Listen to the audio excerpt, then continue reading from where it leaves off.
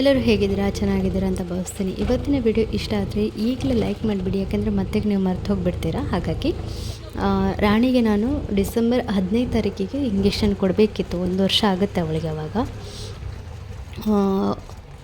ಹಾಗಾಗಿ ಈಗ injection ಕೊಡ್ತಾಯಿದ್ದೀನಿ. Already ಒಂದು 10-15 ದಿವಸ ಆಯಿತು. ಕೊಡಬೇಕಿತ್ತು ಮೊದಲೇ. ನಾಯಿಗಳಿಗೆ ಹೊರಗಡೆ ಇರೋಲ್ಲ, ಸ್ವಲ್ಪ ಆಚೆ ಈಚೆ ಆದರೆ ಏನಾಗಲ್ಲ. ಹೊರಗಡೆ ಅಂದರೆ ಮನೆಯೊಳಗೆ ಇರುವಂಥ ನಾಯಿಗಳಿಗೆ ಸ್ವಲ್ಪ ಆಚೆ ಈಚೆ ಆದರೆ ಏನಾಗೋದಿಲ್ಲ. ಆದರೆ ನಾನು ಇಂಜೆಕ್ಷನ್ಗೆ ಸಾಕಾಗೋಯಿತು, ಸರ್ಕಸೇ ಆಗೋಯಿತು. 4-5 ದಿವಸದಿಂದ ಬೇಗ ಬರೋದು. 4 ಗಂಟೆಯಿಂದ 7 ಗಂಟೆ ತನಕ ಮಾತ್ರ ಇರೋದು ಡಾಕ್ಟ್ರು, ಅದ್ರ ಮೇಲೆ ಇರೋದಿಲ್ಲ. ಅದ್ರ ಮೇಲೆ ಅವರ ಮಗ ಇರ್ತಾರೆ. ಏನಾದರೂ ಮೆಡಿಸನ್ ಬೇಕಿದ್ರೆ ಮಾತ್ರ ನಾವು ತಗೊಳ್ಬೋದು. ಹಾಗಾಗಿ 3 ದಿವಸ ಸರ್ಕಸ್ ಮಾಡಿ ಲಾಸ್ಟಿಗೆ ಒಂದು ದಿವಸ ಟೈಮ್ ಬಂತು. ಅಂದರೆ 5:15ಗೆ ಕೆಲಸ ಬಿಟ್ಟು ಬಂದು ಮತ್ತೆ ನಡ್ಕೊಂಡ್ಬಂದು ಅದರದ್ದೊಂದು ಕೆಲಸ ಮುಗೀತು. ತುಂಬ ಖುಷಿಯಲ್ಲಿದ್ದಾಳೆ. ಅಂದರೆ ಹೊರಗಡೆ ಎಲ್ಲ ನೋಡ್ತಾ ತುಂಬ ಅಂದರೆ ಹೊರಗಡೆ ಎಲ್ಲ ಹೆಚ್ಚಾಗಿ ಕರ್ಕೊಂಡು ಹೋಗೋದಿಲ್ಲ ನಾನು. ಅಂದರೆ ಮನೆ ಹತ್ತಿರ ಬಿಟ್ಟರೆ ಬೇರೆ ಎಲ್ಲೂ ಕರ್ಕೊಂಡು ಹೋಗಲ್ಲ. ಹಾಗೆ ಫುಲ್ ಖುಷಿ, ಹೊರಗಡೆ ನೋಡ್ತಾ ನೋಡ್ತಾ ಹೋಗ್ತಿದ್ದಾಳೆ. ನೋಡ್ತಾ ಇದ್ದೀರಲ್ಲ.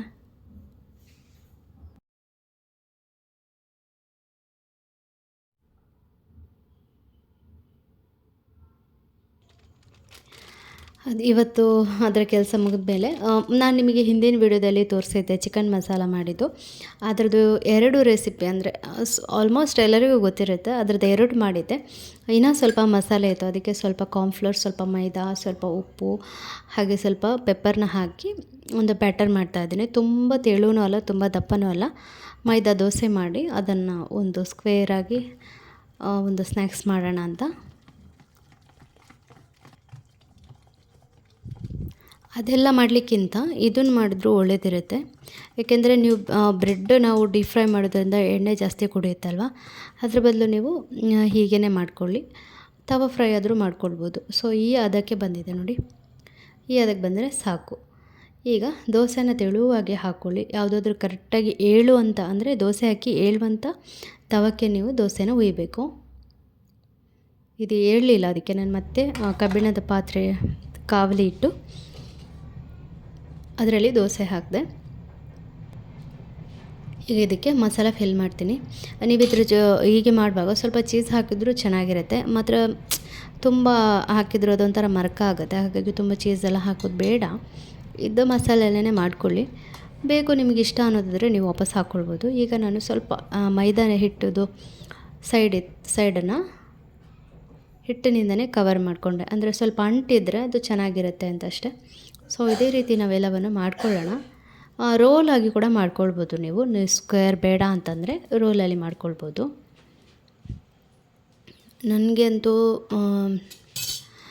ನಾನು ಒಮ್ಮೊಮ್ಮೆ ಎಣಿಸಿ, ನಮಗೆ ಮನೆಯಲ್ಲಿ ಎಲ್ಲ ಬೆಳಿಗ್ಗೆ ಎದ್ದು ಒಂದು 5 ಗಂಟೆಗೆ ಎದ್ದು 10 ಗಂಟೆ ಒಳಗೆ ಮನೆಯಲ್ಲಿರೋರಿಗೆ ಕೆಲಸ ಮುಗಿಸಿ ಎಷ್ಟು ಟೈಮ್ ಸಿಗುತ್ತಲ್ವ.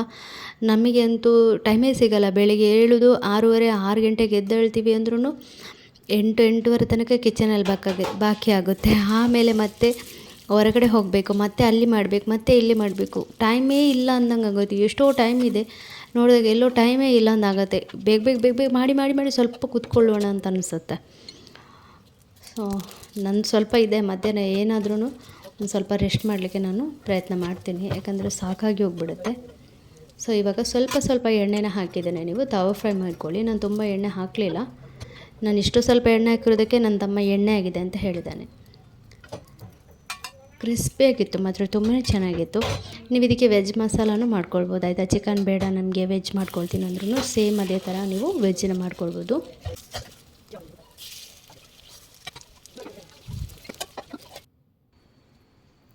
ನೋಡಿದ್ರಲ್ಲ, ರೆಡಿ ಆಗೋಯ್ತು.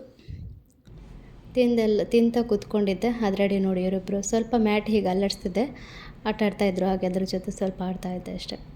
ಮನೆಯಲ್ಲಿ ಪ್ರಾಣಿಗಳಿದ್ರೆ ಟೈಮ್ ಹೋಗೋದೇ ಗೊತ್ತಾಗಲ್ಲ. ಅವುಗಳಿಗೆ ತಿನ್ಲಿಕ್ಕೆ ಹಾಕಬೇಕು, ಅವುಗಳನ್ನ ನೋಡ್ಕೊಳ್ಳೋದ್ರಲ್ಲಿ ಅವುಗಳ ಜೊತೆ ಆಟ ಆಡ್ತಾ ಟೈಮ್ ಹೋಗೋದೇ ಗೊತ್ತಾಗಲ್ಲ.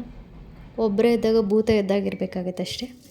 ಅದಾದಮೇಲೆ ರಾತ್ರಿ ಕೆಲಸ ಮುಗಿತು. ಈಗ ಬೆಳಿಗ್ಗೆ ನಾನು ಪೆಪ್ಪರ್ ರೈಸ್ ಮಾಡೋಣ ಅಂತ ರೆಡಿ ಮಾಡ್ಕೊಂಡಿದ್ದೀನಿ. ಎಣ್ಣೆ ಮತ್ತು ಜೀರಿಗೆ, ಬೆಳ್ಳುಳ್ಳಿ, ಸ್ವಲ್ಪ ಗೋಡಂಬಿನ ಹಾಕ್ಕೊಳ್ತಿದ್ದೀನಿ. ಆಯಿತಾ,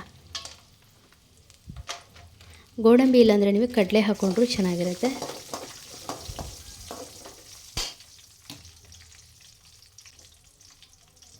ಈಗ ಇದಕ್ಕೆ ಒಂದು 2 ಕಾಯಿ ಮೆಣಸನ್ನು ಹಾಕ್ಕೊಂಡಿದ್ದೀನಿ. ನಿಮಗೆ ಖಾರಕ್ಕೆ ಬೇಕಾದಷ್ಟು ಮಾತ್ರ ಹಾಕ್ಕೊಳ್ಳಿ. ಯಾಕೆಂದರೆ ಮತ್ತೆ ನಾವು ಪೆಪ್ಪರ್ ಹಾಕ್ಕೊಳ್ಳಿಕ್ಕಿರುತ್ತೆ.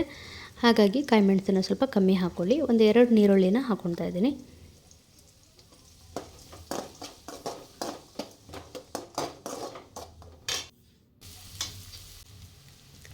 ಈಗ ಇದಕ್ಕೆ ಪೆಪ್ಪರ್ನ ಹಾಕ್ಕೊಳ್ತೀನಿ. ನೋಡ್ತಾ ಇದ್ದೀರಲ್ಲ,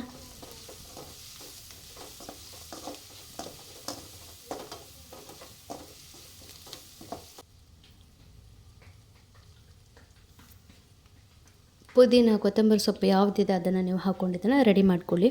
ಹಾಗೆಯೇ ಸ್ವಲ್ಪ ಮಸಾಲ ಖಡಕ್ಕಾಗಿರಲಿ, ಅಂದರೆ ಉಪ್ಪು ಪೆಪ್ಪರ್ನೆಲ್ಲ ಖಡಕ್ಕಾಗಿ ಹಾಕ್ಕೊಳ್ಳಿ.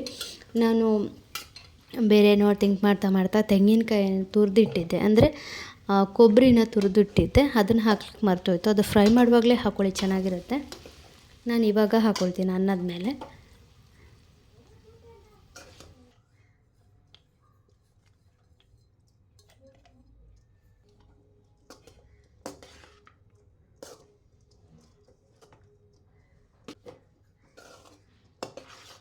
ಪೆಪ್ಪರ್ ರೈಸಿಗೆ ಮೇಯ್ನಾಗಿ ಉಪ್ಪು, ಪೆಪ್ಪರ್ ಮತ್ತು ಲಿಂಬೆ, ಖಾರ ಇಷ್ಟು ಕರೆಕ್ಟಾಗಿದ್ದರೆ ತುಂಬಾ ಚೆನ್ನಾಗಿರುತ್ತೆ. ಈಸಿ ಕೂಡ. ಸ್ವಲ್ಪ ತೆಂಗಿನಕಾಯಿ ಹಾಕ್ಕೊಳ್ಳೋದ್ರಿಂದ ಒಂದು ಒಳ್ಳೆ ಟೇಸ್ಟ್ ಕೂಡ ಬರುತ್ತೆ.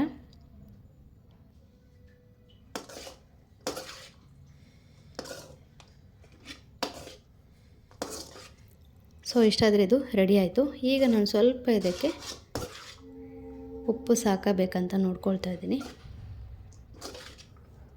ಒಂದು ಚೆನ್ನಾಗಿ ಮಿಕ್ಸ್ ಮಾಡ್ಕೊಂಡು ಹುಳಿ ಉಪ್ಪೆಲ್ಲ ಕರೆಕ್ಟಾಗಿದೆ ಅಂತ ನೋಡ್ಕೊಂಬಿಟ್ರೆ ನೀವು ಪೆಪ್ಪರ್ ರೈಸ್ನ ಮಾಡ್ಕೊಳ್ಳಿ. ಜೊತೆಗೆ ಅದರ ಜೊತೆಗೆ ಯಾವುದಾದ್ರೂ ಗ್ರೇವಿ ಇದ್ರೂ ತುಂಬಾ ಚೆನ್ನಾಗಿರುತ್ತೆ.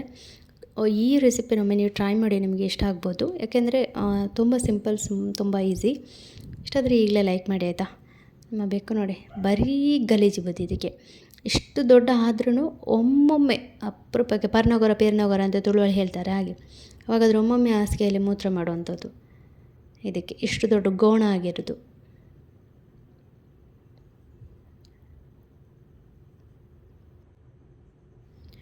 ಇವತ್ತಿನ ಈ ಸಿಂಪಲ್ ವಿಡಿಯೋ ನಿಮಗೆಲ್ಲ ಹೇಗೆ ಅನ್ನಿಸ್ತು, ಇಷ್ಟ ಆಯಿತಾ? ಬೆಳಗಿನ ಬ್ರೇಕ್ಫಾಸ್ಟು, ಸ್ವಲ್ಪ ಮಾತು, ಸ್ವಲ್ಪ ಆಟ, ಪ್ರಾಣಿ ಪಕ್ಷಿ ಜೊತೆ ನಿಮಗೆಲ್ಲ ಹೇಗೆ ಅನ್ನಿಸ್ತು, ಇಷ್ಟ ಆಯಿತಾ?